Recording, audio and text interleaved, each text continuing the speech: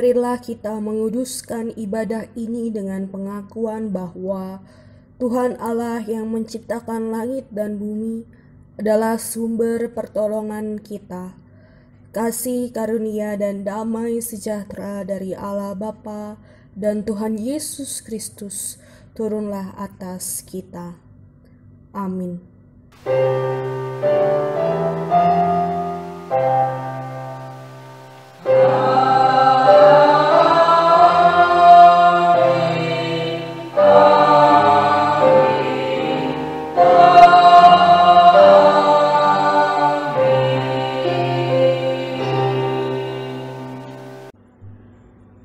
Bapak Ibu yang dikasihi dan mengasihi Tuhan Yesus Kristus, tema kita pada pagi hari ini adalah dibangkitkan untuk berkarya.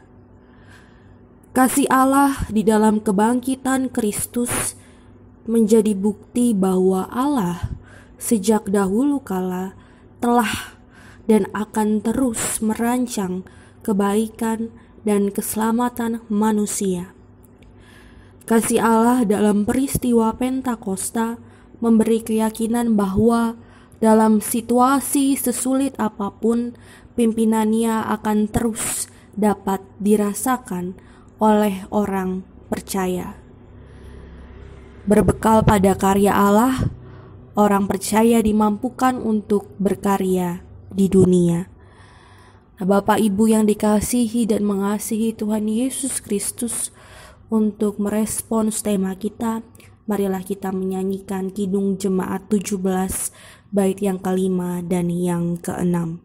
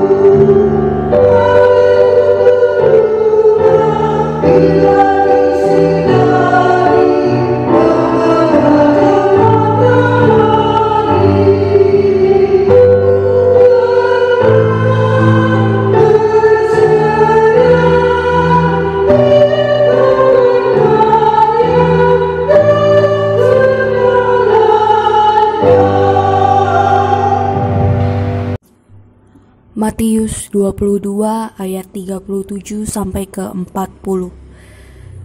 Jawab Yesus kepadanya, "Kasihilah Tuhan Allahmu dengan segenap hatimu dan dengan segenap jiwamu dan dengan segenap akal budimu. Itulah hukum yang terutama dan yang pertama.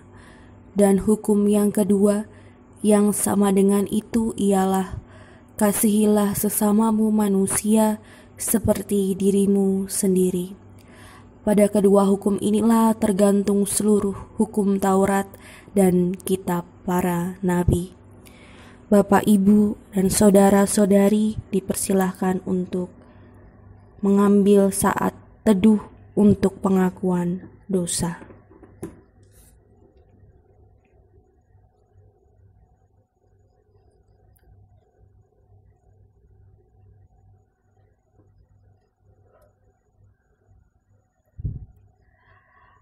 Bapak Ibu yang dikasihi dan mengasihi Tuhan Yesus Kristus, dalam kehidupan ini kita seringkali kurang dapat melakukan hukum kasih ini dengan sepenuh hati.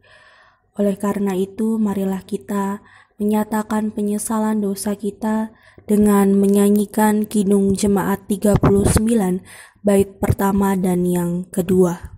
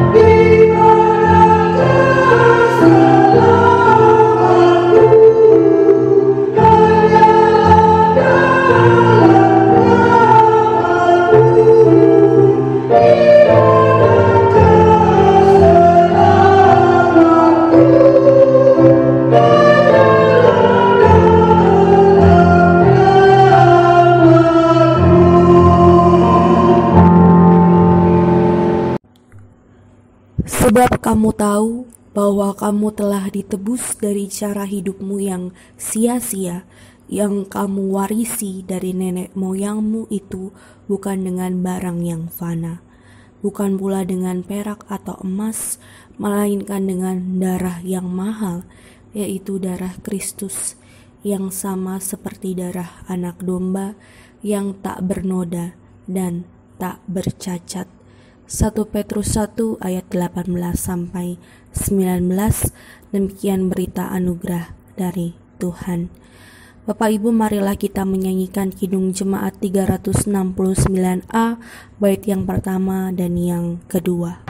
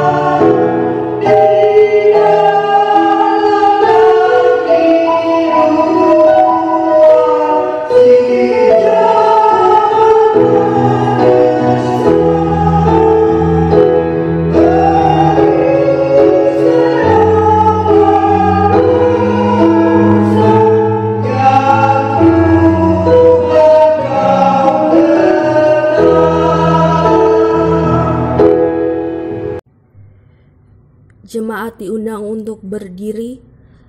Marilah kita bersama memperbaharui pengakuan iman percaya kita dengan mengucapkan pengakuan iman rasuli. Aku percaya kepada Allah Bapa yang Maha Kuasa, Khalik langit dan bumi, dan kepada Yesus Kristus anaknya yang tunggal Tuhan kita, yang dikandung daripada Roh Kudus, lahir dari anak darah Maria, yang menderita di bawah pemerintahan Pontius Pilatus, disalibkan, mati, dan dikuburkan, turun ke dalam kerajaan maut.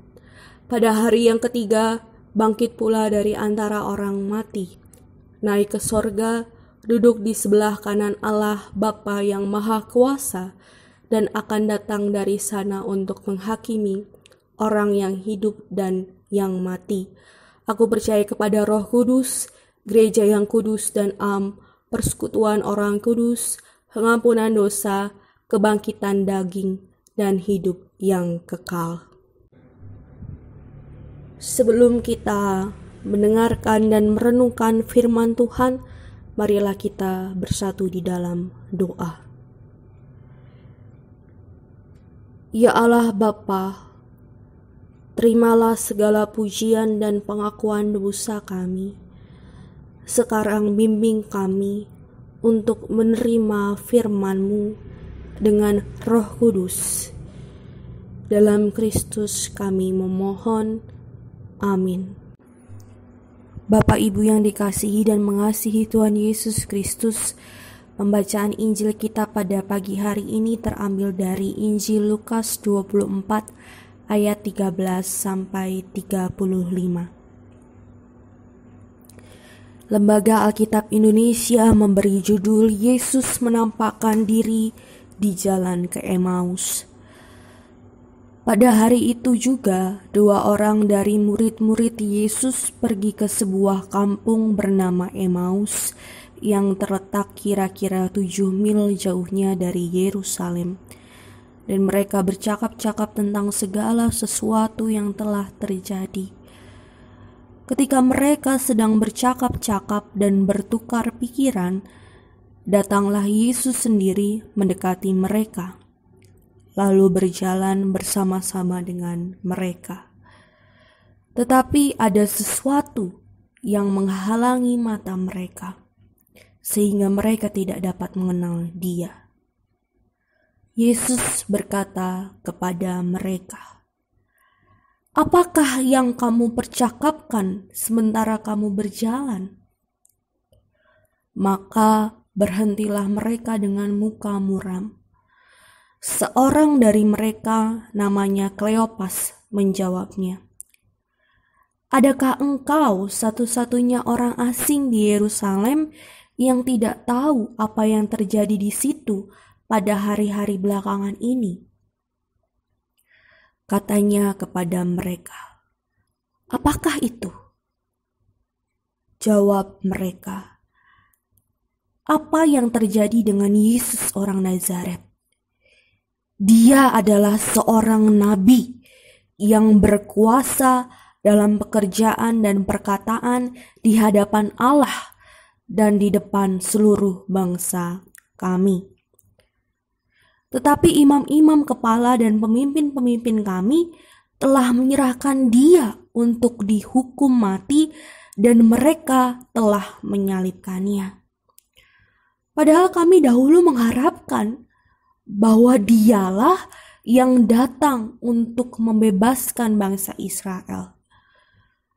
Tetapi sementara itu telah lewat 3 hari sejak semuanya itu terjadi. Tetapi beberapa perempuan dari kalangan kami telah mewujudkan kami. Pagi-pagi buta mereka telah pergi ke kubur dan tidak menemukan mayatnya.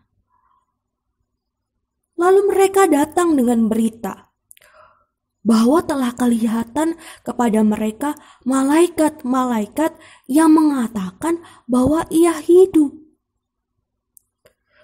Dan beberapa teman kami telah pergi ke kubur itu dan mendapati bahwa memang benar yang dikatakan perempuan-perempuan itu. tetapi dia tidak mereka lihat. Lalu ia berkata kepada mereka, "Hai kamu orang bodoh, betapa lambannya hatimu, sehingga kamu tidak percaya segala sesuatu yang telah dikatakan para nabi. Bukankah Mesias harus menderita semuanya itu untuk masuk ke dalam kemuliaannya?" Lalu ia menjelaskan kepada mereka apa yang tertulis tentang dia dalam seluruh kitab suci, mulai dari kitab-kitab Musa dan segala kitab nabi-nabi. Mereka mendekati kampung yang mereka tuju, lalu ia berbuat seolah-olah hendak meneruskan perjalanannya. Tetapi mereka sangat mendesaknya, katanya, "Tinggallah bersama-sama dengan kami, sebab hari telah menjelang malam dan matahari hampir terbenam." Lalu masuklah ia untuk tinggal bersama-sama dengan mereka.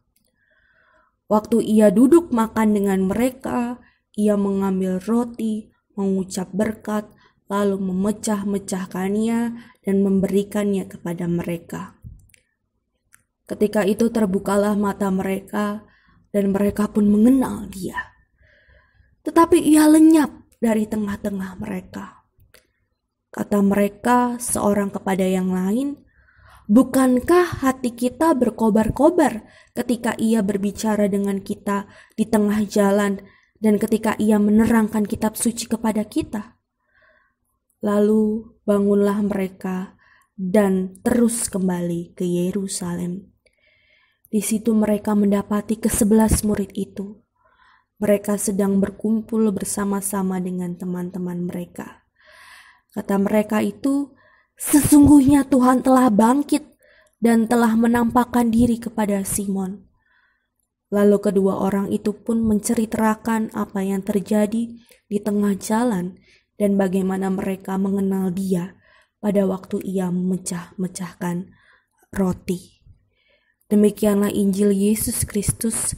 Yang berbahagia adalah mereka yang mendengar firman Allah dan yang memeliharanya. Haleluya. Shalom, selamat hari Minggu Paskah yang ketiga. Dan selamat Paskah juga bagi saudara, Bapak Ibu, muda-mudi, dan remaja. Oh ya, anak-anak, bagaimana kabarnya? Hari ini saya membawa teman yang ingin menyapa kalian semua. Namanya Yesa. Bentar ya, saya panggilkan ya. Yesa, di mana kamu? Halo, aku di sini. Yuk, kita menyapa teman-teman yang ada di rumah. Ayo. Halo teman-teman, bagaimana kabarnya? Sehat semua kan? Puji Tuhan, semua sehat-sehat. Semoga kita nggak bosan ya melaksanakan ibadah di rumah. Terus gali dan kembangkan potensi serta talenta yang Tuhan beri. Ya kan Bu? Ya, makasih ya untuk sapaannya. Oke, sekarang saatnya dengan firman Tuhan bersama. Saudaraku yang dikasihi Tuhan, kita semua saat ini dipanggil untuk hidup bersyukur yang digerakkan oleh kuasa Kristus. Umat Tuhan yang terkasih, bersyukur merupakan hal yang mudah kita lakukan tatkala kita merasakan mendapatkan sesuatu yang baik, yang menyenangkan, yang menguntungkan. Tetapi menjadi sesuatu yang sulit kita lakukan ketika kita mengalami hal yang buruk, yang mengecewakan dan yang menyedihkan. Seperti halnya yang dialami Kleopas dan temannya melalui kisah Emmaus. Mereka berdua terjebak dalam perangkap yang manusiawi. Hati dan pikiran mereka terlalu hancur oleh peristiwa penyaliban Yesus. Dan peristiwa ini benar-benar mengubah hidup, impian, dan harapan mereka. Memang Ada berita dari para perempuan tentang kebangkitan Yesus. Tetapi mereka tidak percaya karena dalam hukum patriarkal saat itu, perempuan dianggap sebagai warga kelas 2 yang kesaksiannya tidak berharga. Saudara yang dikasihi Tuhan, menarik bahwa melalui bacaan Injil kita hari ini, tokoh Yesus dalam peristiwa Paskah kebangkitan dilukiskan sebagai seseorang yang penuh taktik. Betapa tidak, ia dikisahkan oleh Injil Lukas menelusur begitu saja ke dalam percakapan Kleopas dan temannya yang sedang bertukar pikiran. Hebatnya, Yesus tidak terkenali oleh mata mereka. Setidaknya ada dua tafsiran mengapa Yesus tak terlihat oleh mata mereka. Yang pertama, perjalanan mereka adalah perjalanan menuju ke arah barat laut. Jadi merupakan perjalanan menuju arah matahari terbenam. Sehingga penglihatan mereka terganggu karena silau. Dan yang kedua, mereka hanya melihat Yesus secara kasat mata. Sedang mata hati atau mata iman mereka belum terbuka dan percaya atas berita kebangkitan Yesus. Dan dalam perjalanan itu, Yesus mengajak bertanya mengenai topik yang sedang menjadi perbincangan mereka. Apakah yang kamu percakapkan sementara kamu berjalan?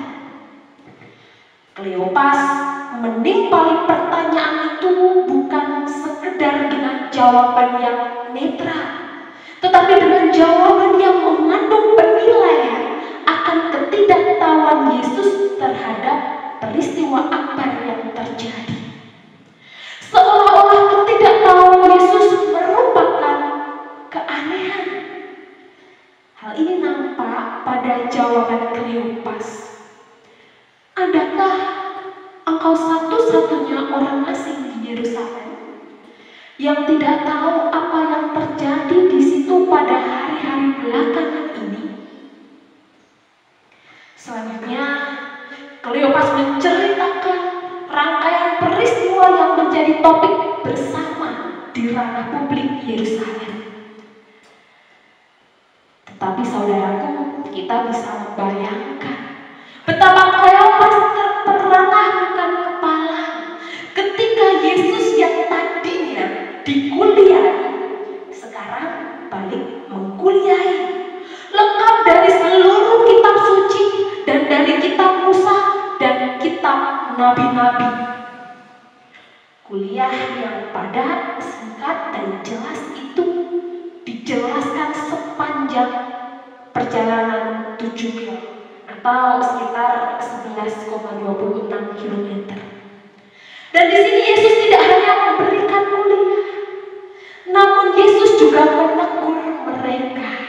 Katanya, "Hai, kamu orang bodoh, betapa lambatnya hatimu." Saudaraku, lambat hati dalam bahasa aslinya adalah brevis encardia, yang memiliki arti tidak aktif memahami atau tumpul dalam mengerti. Dan saudaraku, jika kita menggunakan teori Benjamin S. Bloom, seorang tokoh psikologi pendidikan, ia membagi 3 domain pendidikan manusia sebagai berikut. Yang pertama adalah ranah kognitif. Ranah ini menekankan aspek intelektual, pengetahuan, keterampilan berpikir. Itu yang pertama. Yang kedua adalah ranah afektif, menekankan aspek perasaan dan emosi. Misalnya kecewa, sedih, marah. Dan yang ketiga, saudaraku, adalah ranah psikomotorik. Hal ini menekankan aspek perilaku, aktivitas, keterampilan motorik. Misalnya bersepeda, berjalan, bercerita, dan lain sebagainya. Nah, dengan 3 domain ini, meskipun sudah ada pemutaran peran guru murid dalam percakapan Kleopas dan Yesus, namun tetap saja Kleopas dan temannya tidak mengerti. Kita bisa lihat secara kognitif di mana rasionalitas, penalaran, penjelasan, pengertian, serta nubuatan yang secara tradisional dikatakan para nabi saja mereka belum mengerti. Nah, apalagi kok dihubungkan dengan peristiwa sengsara dan kebangkitan Yesus. Saudara yang terkasih, pada bagian ini mari kita menilik pada diri kita, disadari atau tidak, diakui atau tidak, hati Kleopas dan temannya adalah sebagaimana hati kita semua yang bisa lamban mengerti apa yang menjadi rancangan Tuhan dalam kehidupan kita. Ya, selanjutnya Yesus kemudian bertaktik lagi. Dalam bahasa Wonosobonya itu etok-etoke, seolah-olah ia hendak meneruskan perjalanannya. Padahal matahari sudah terbenam. Maka Kleopas dan temannya mendesak Yesus. Mereka berkata, "Tinggallah bersama kami." Saudaraku, kalimat ini bukan hanya berhubungan dengan adat istiadat kesopanan yang ingin memberikan tumpangan karena hari sudah gelap, tetapi juga memuat sebuah harapan dan pengakuan bahwa ada sesuatu yang istimewa yang dapat menjumpakan ide Yesus yang menderita sebagai. Saudaraku, kalimat ini bukan saja berhubungan dengan adat istiadat kesopanan yang ingin memberikan tumpangan karena hari sudah gelap, tetapi juga memuat sebuah harapan dan pengakuan akan keistimewaan Yesus yang dapat menjumpakan ide Mesias yang menderita sebagaimana disaksikan para nabi. Dan inilah yang membuat hati Kleopas dan temannya menjadi berkobar-kobar. Dikatakan di ayat 27, perasaan ini atau hati yang berkobar ini masuk dalam ranah afektif dalam 3 domain pendidikan manusia. Afeksi ini tidak terhenti sampai di sini saja, saudaraku. Setelah mereka masuk ke rumah, yang terjadi di dalam rumah adalah bahwa Yesus duduk makan, mengambil roti, mengucap berkat, dan memecah-mecahkannya dan memberikannya kepada mereka.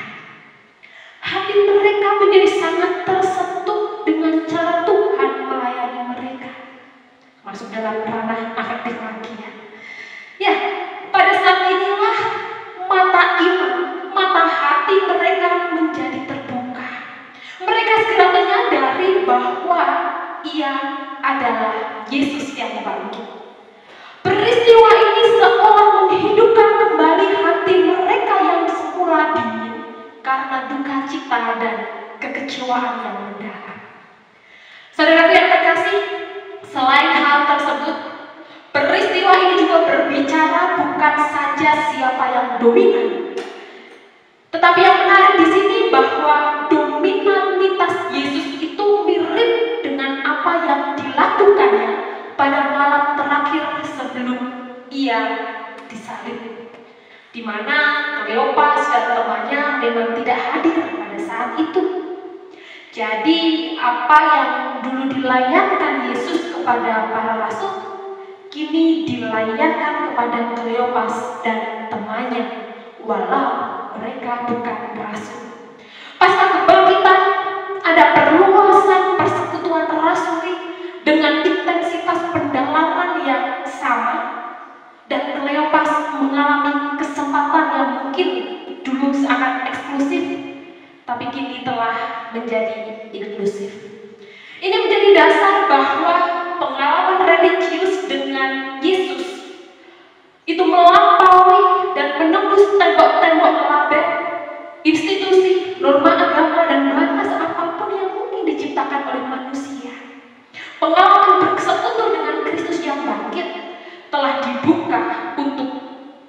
dialami oleh semua orang. Tapi benarkah semua orang? Bisa ya, bisa tidak.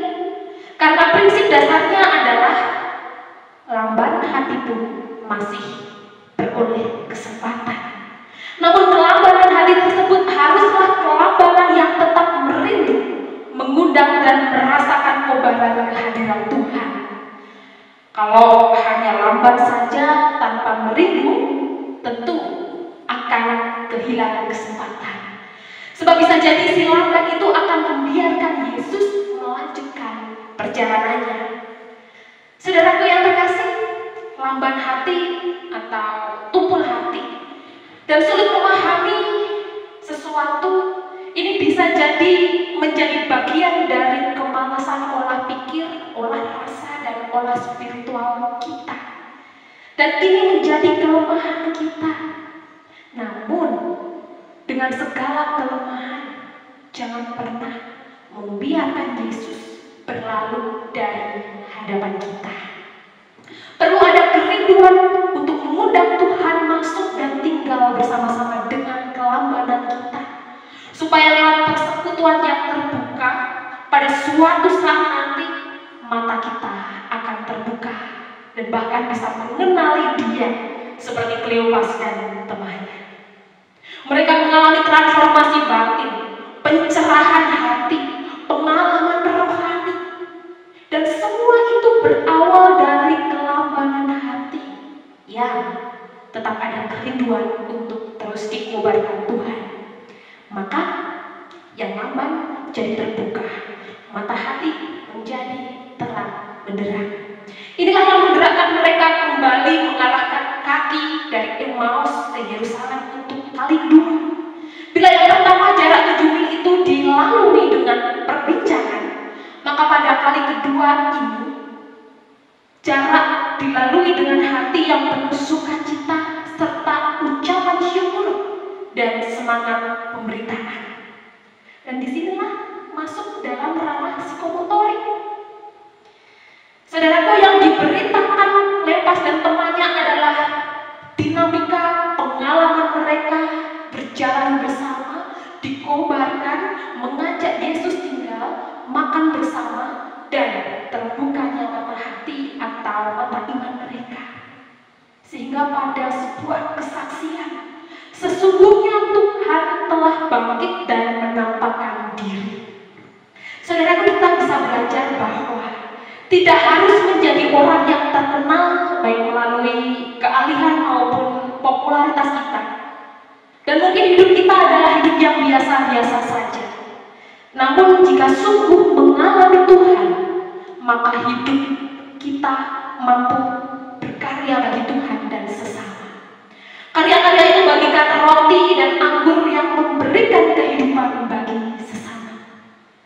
Pengalaman Kleopas dan temannya dalam perjalanan ke Emmaus membuat mereka mengalami Yesus yang memberi pemahaman baru, kognisi, mengobarkan serta menyentuh hati mereka untuk bersyukur dan bersukacita, afeksi, dan menyelamatkan serta menggerakkan mereka untuk bersaksi sebagai tindakan nyata atas rasa syukur psikomotorik. Ya, kita memang tidak bisa menjadi saksi secara harafiah dari peristiwa kebangkitan Yesus. Namun kisah Emmaus telah menjadi pemandu spiritual bagi kita yang rindu mengalami Tuhan yang bangkit.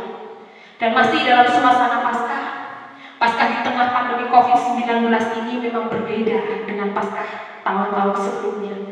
Biasanya Paskah kita merayakan dengan ibadah pada, rekreasi, lomba mencari dan menghias telur secara beramai-ramai. Namun pada Paskah tahun ini kita hanya di rumah saja bersama anggota keluarga kita. Namun mari kita mengundang Yesus singgah dalam rumah kita, karena memang kondisi di luar dalam tanda kutip makin gelap. Angka positif COVID memang menunjukkan semakin meningkat. Kiranya ketika Yesus singgah di rumah kita, Ia mampu mengubah, mentransformasi hidup kita yang cemas, takut, khawatir, putus asa menjadi hidup yang penuh syukur dan diwujud nyatakan dengan berbagi kehidupan kepada mereka yang membutuhkan, kepada mereka yang tergoncang stabilitas ekonomi sosialnya, dan supaya kita tetap menjadi gereja Kristus yang hidup, yang tetap menyatakan karya Allah. Karena sejatinya Yesus pun dapat kita jumpai melalui mereka yang lapar, mereka yang haus, mereka yang membutuhkan pakaian karena telanjang.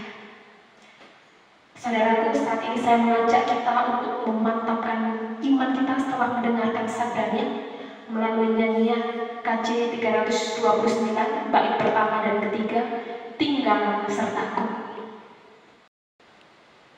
Kiranya ketika Yesus singgah di rumah kita, Ia mampu mengubah, mentransformasi hidup kita yang cemas, yang takut, yang khawatir, dan putus asa menjadi hidup yang penuh syukur dan dapat diwujud nyatakan dengan berbagi kehidupan kepada mereka yang membutuhkan, kepada mereka yang tergoncang stabilitas ekonomi sosialnya, supaya kita tetap dapat menjadi gereja Kristus yang hidup, yang tetap menyatakan karya Allah.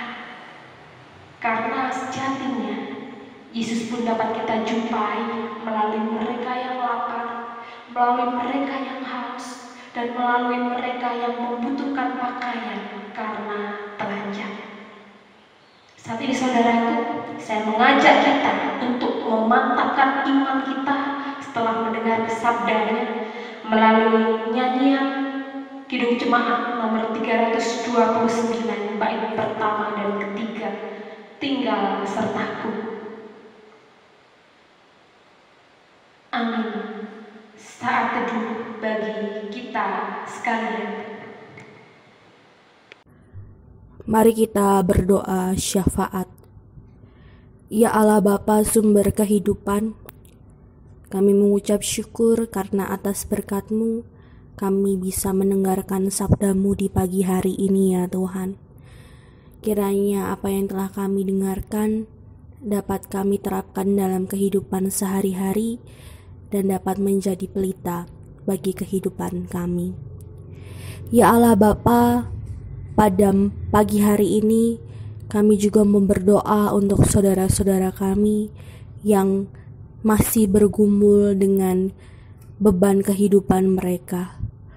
Tolong mereka ya Tuhan, agar mereka menyadari bahwa kuasa Kristus mendatangkan kekuatan dan pengharapan baru dalam kehidupan mereka.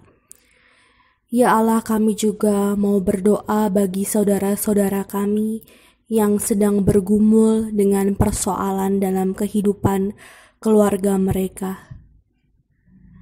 Kiranya Kau berkati mereka sehingga kasih Kristus bisa menerangi akal budi mereka dan mereka mampu untuk menyelesaikan pergumulan dalam kehidupan keluarga mereka.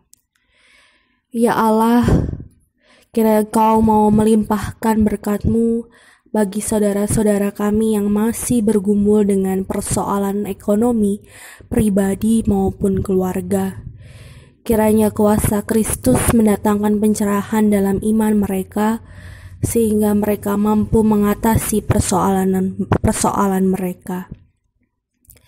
Ya Allah, kami juga mau berdoa untuk saudara-saudara kami, anak-anak muda yang saat ini sedang bergumul dengan mencari pasangan hidup, mencari pekerjaan, melakukan tanggung jawab pekerjaan maupun pelayanan mereka. Kiranya kasih Kristus menguatkan dan meneguhkan iman mereka, sehingga mendatangkan kemampuan bagi saudara-saudara kami, anak-anak muda ini, untuk mencari solusi atas pergumulan kehidupan mereka. Ya Allah Bapa, kami juga mau berdoa untuk saudara-saudara kami yang sedang menderita sakit dalam proses pemulihan kesehatan ataupun yang sudah sepuh. Tolong mereka ya Tuhan dalam setiap upaya dalam kesembuhan mereka maupun pemulihan mereka, sehingga mereka senantiasa berpengharapan pada Tuhan. Tuhan, kami juga mau berdoa untuk bangsa negara Indonesia ini yang sedang bergumul karena kasus pandemi COVID-19. Kiranya Kau berkati ya Tuhan bangsa negara ini. Kau hilangkan virus-virus ini sehingga kami bisa bersekutu kembali ya Tuhan di gereja-Mu. Kami bisa melakukan aktivitas seperti sedia kala ya Tuhan. Pulihkanlah negeri kami. Pulihkanlah dunia ini ya Tuhan. Ya Allah Bapa, inilah doa-doa kami. Dengarlah dan kabulkanlah doa-doa kami yang semuanya itu kami mohon di dalam nama Tuhan Yesus Kristus. Amin. Bapak Ibu yang dikasihi dan mengasihi Tuhan Yesus Kristus, marilah kita nyatakan rasa syukur melalui pemberian persembahan. Firman yang mendasari persembahan terambil dari Mazmur 116 ayat 17 sampai 19. Aku akan mempersembahkan korban syukur kepadamu dan akan menyerukan nama Tuhan, akan membayar nazarku kepada Tuhan di depan seluruh umatnya, di pelataran rumah Tuhan, di tengah-tengahmu, ya Yerusalem. Haleluya. Untuk mengantar kita persembahan, marilah kita menyanyikan Kidung Jemaat 337, bait yang pertama dan yang ketiga.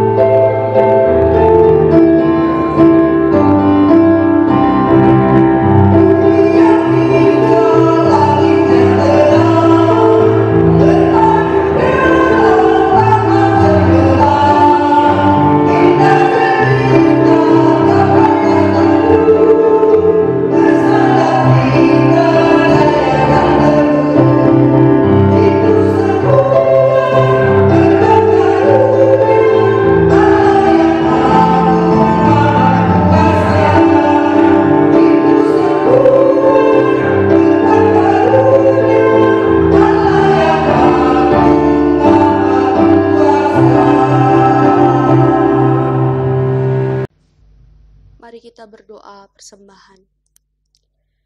Ya Allah Bapa sumber kehidupan, kami membawa persembahan kami sebagai tanda syukur kami atas berkat yang Engkau limpahkan dalam kehidupan sehari-hari. Tuhan mencukupkan kebutuhan rohani, demikian juga Tuhan mencukupkan kebutuhan jasmani kami.